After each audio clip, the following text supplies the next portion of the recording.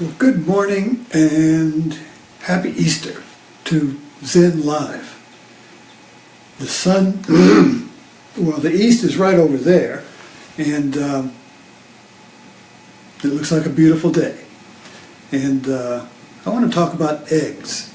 It seems like Easter is a very strange symbolic mix of rabbits, coloring eggs, chocolate crosses and bunnies, happy Easter like it's Christmas, and getting dressed up and going to church, and Easter hats, and Easter parades, and it's just a very strange day, and yet at the same time it's the center of the Christian Western religion. I mean, it's kind of like the,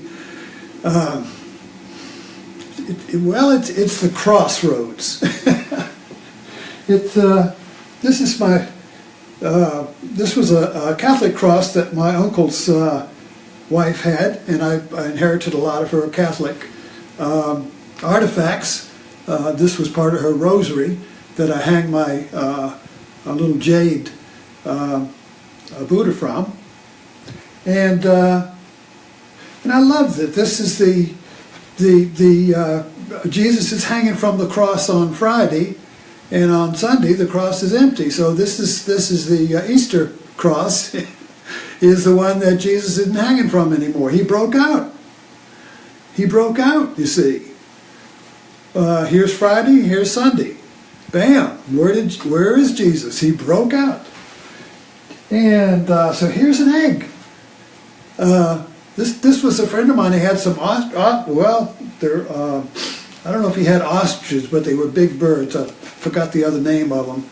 But this was one of them, and I just love this. It is a breakout. Where's Jesus? So I was thinking about eggs today, and the eggs, you know, I just counted them. We have 4 eggs a day, and I think it was 1,426 something. I forgot. I figured it out, a year. And eggs are kind of like a sea of eggs. I mean, they're just they're all the same. And yet Easter, we take an egg. I don't have any here, but we take them and we take an egg and we paint it into a unique egg. So now the egg is unique.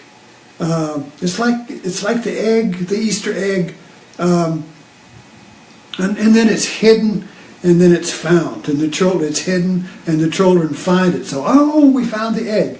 So we restore. It's the symbolic restoration of the world. See, the egg is a symbol of the world, and it's also a symbol of the tomb and the womb. From the inside, it looks like a tomb. All the horror stories have buried alive. You're in a tomb, knocking on it, you know, and you hear the dirt hitting it. You know, you're being buried alive. You wake up, and the horror of being buried alive. You know, so this kind of like is being buried in here. It's a tomb, but at the same time, it's a womb. It's interesting that there's just tomb and womb is just the difference between a W and a T. So from one view, it's a death trap. It's the cave in which Jesus was put, and from the other view, it's a womb. It's a place that life breaks out. So there's an ambiguity here.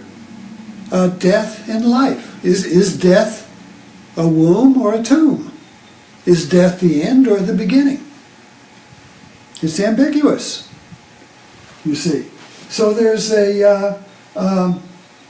ambiguity. This little, my favorite little thing here of the, I'll keep bringing this back up, is the Ouroboros.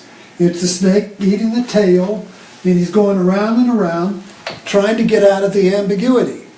See, the ambiguity is that you have two eggs And if you choose this egg, you're wrong. If you choose that egg, you're wrong. Now you have to choose one. Which is it? So you're going to be punished. That's the ambiguity of the double bind. You have two choices that are equal value. They're mutually dependent, but there has to be one egg.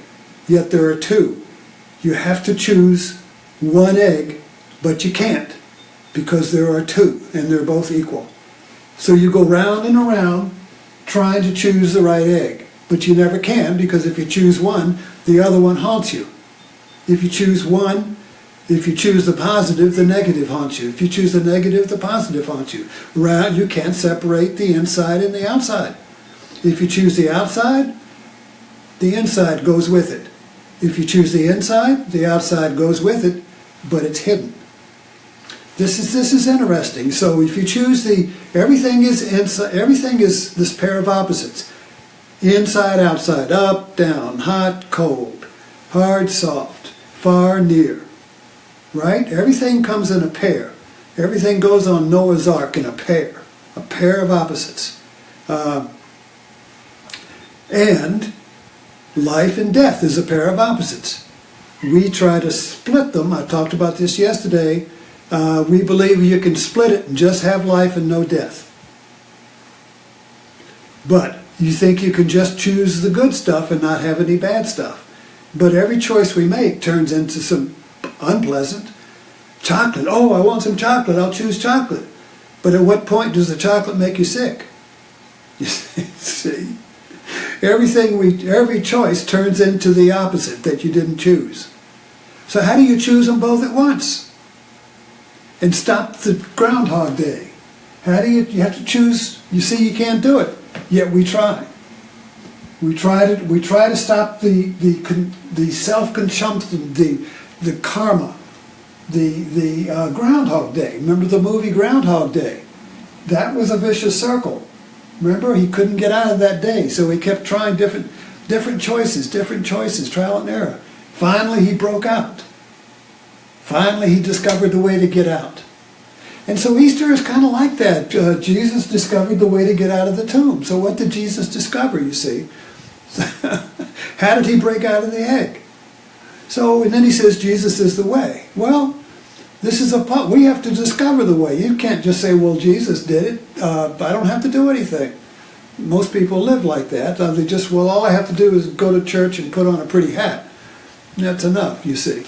No, we have to see something. Breaking out of the egg. Easter is a breaking out. The sun rising of what? The sun rising of the light. So what is the light? The light is seeing.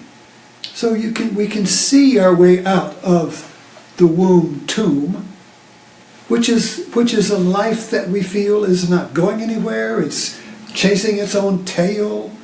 That chasing my tail is a metaphor for feeling that I'm not alive, that I'm in some kind of an egg and I can't get out, and I'm constantly knocking on the inside of the door, inside of the egg, trying to say, get out. What shall I be? I must be something. I'm more than this, you see. There's more to me than this. There's more to me than just this job, this routine, this chasing my tail, chasing false idols, eating too much chocolate, you see. There's something I'm missing, you see. So this Easter is all about cracking the egg and breaking out of the ambiguity. Breaking out of the ambiguity is breaking out of the double bind where everything is lose, lose, lose, lose, lose. Trump was elected on breaking out. Said, oh, you'll be so tired of winning. See? In other words, what he's saying is that America is in a lose-lose, and we're going to break out and make it just win-win. Well, good luck. You see, you can't separate win from losing. Win-lose is the ambiguity, so we're missing something if we think we can just have all winning and no losing. you see, because you can't separate the inside from the outside. You can't separate up from down, good from bad, hot from cold, you see. They go together. So there is something we're missing. There's something that we are avoiding. So we keep going around and around trying to separate the inside from the outside, trying to break out of some kind of pit bull lockjaw that's got us, you see. So what did Jesus discover? Well, basically, say this is death and this is life. It's one cross. It's not two crosses. It's not death over here and life over there. It's one cross. So if you take, you can't have one side, death and life is one, yet it's two. So take a battery. I love this thing because a battery is like this cross. Now this is the negative side, that's death, and this is the positive side, that's life. Positive, negative. You can't separate positive. If you separate positive from negative, the battery doesn't work. So the battery contains the opposite. The battery is both positive and negative. There are two, because the one's at one end of the battery, the positive is up here, the negative is there, you see. You plug the battery into a flashlight, and if you notice when you do that, there is a positive connection and a negative connection. The flashlight light connects the two, and the light comes on. It doesn't separate the positive from the negative, and don't cut the battery in half. That destroys the power. So the energy of the battery is when you connect the positive and the negative into your life. Your life is a circuit. Your life is like a flashlight battery. You want to turn the light on so you can do stuff and find stuff, you see, because you're in the darkness. Without that light, you see, you're inside the egg. I can't see anything in here. I need some light. I need to find out. With the light, I can break out. So how do I make the light that sets me free? How do I make the light that rises the sun? How do I make the light of Easter? I have to connect the positive and the negative pole to my circuitry, my life. And then that will be like a creative energy source that will generate my life. I have to activate my life. I have to turn it on. It's like a credit card. If you get a new credit card, you have to call in and activate it. It isn't going to work unless you activate it. So this isn't going to work unless you activate it. It isn't activated by Jesus in the past, and you don't have to do anything. No, the whole point is that you have to activate it yourself. You have to activate Jesus Christ. You have to activate this way to turn on the light in your life. And we can't do it by separating the positive from the negative. You can't separate it. You can't do it by separating the bad from the good. So when something bad happens, if you think, oh, why me? Why am I a victim? Oh, no, what do I do? Come help me, come help me. Well, you're separating the bad from the good. So every bad thing that happens to you is also a good thing that happens. Every good thing that happens is a bad thing. Every bad thing that happens is a good thing. You can't separate the two. But we separate it by our view. You see, we separate it. I just want to have the good cross, the empty cross, and no, I don't want to be hanging from this thing. I don't want to be a victim in life. I don't want to hang from the cross and pain and suffering and anxiety and confusion hanging from the cross, you see. I just want to be free from it. Well, they go together. And this is the whole point of the story of Jesus when he goes to the cross. He chooses the death because he knows it's life. He chooses the death, he welcomes it, it's his destiny. He welcomes the bad, he accepts it, and the acceptance of it transmutes it into good. So when you accept the bad as just a feeling, as just this, it's no big story, it's just this, I just lost my money. I just lost my wallet. It's just this. Let's see what to do now. It's no, oh my God, I lost my wallet. Why does this happen to me? Everything, yada, yada, yada. And I feel wounded and I'm hanging from the cross, you see. No, you just lost a wallet. It's just a piece of leather with some plastic in it, you see.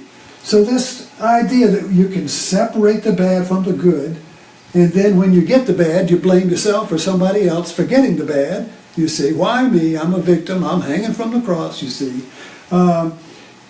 We continue the chasing of our own tail.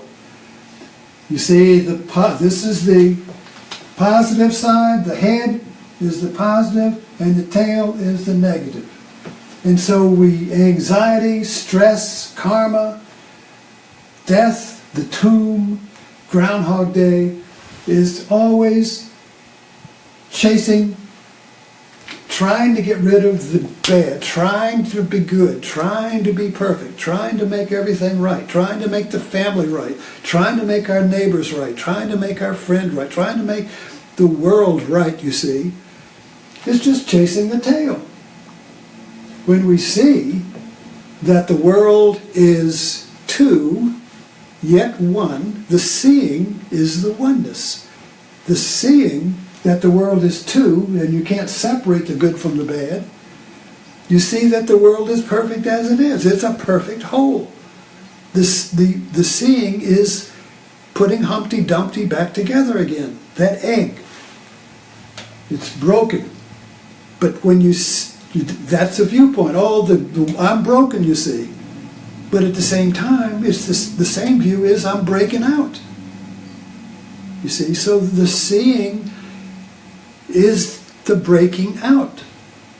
Not effort. You can't break your way out physically by changing the world, but you can break out by seeing the world as it is, which is ambiguous. In is out, out is in. The seeing that these two always go together is the restoration of the one, is the restoration of Christ, is the resurrection, is the seeing that death and life are one and you can't divide them. So happy Easter, everybody, and I'll see you this evening at Martini time.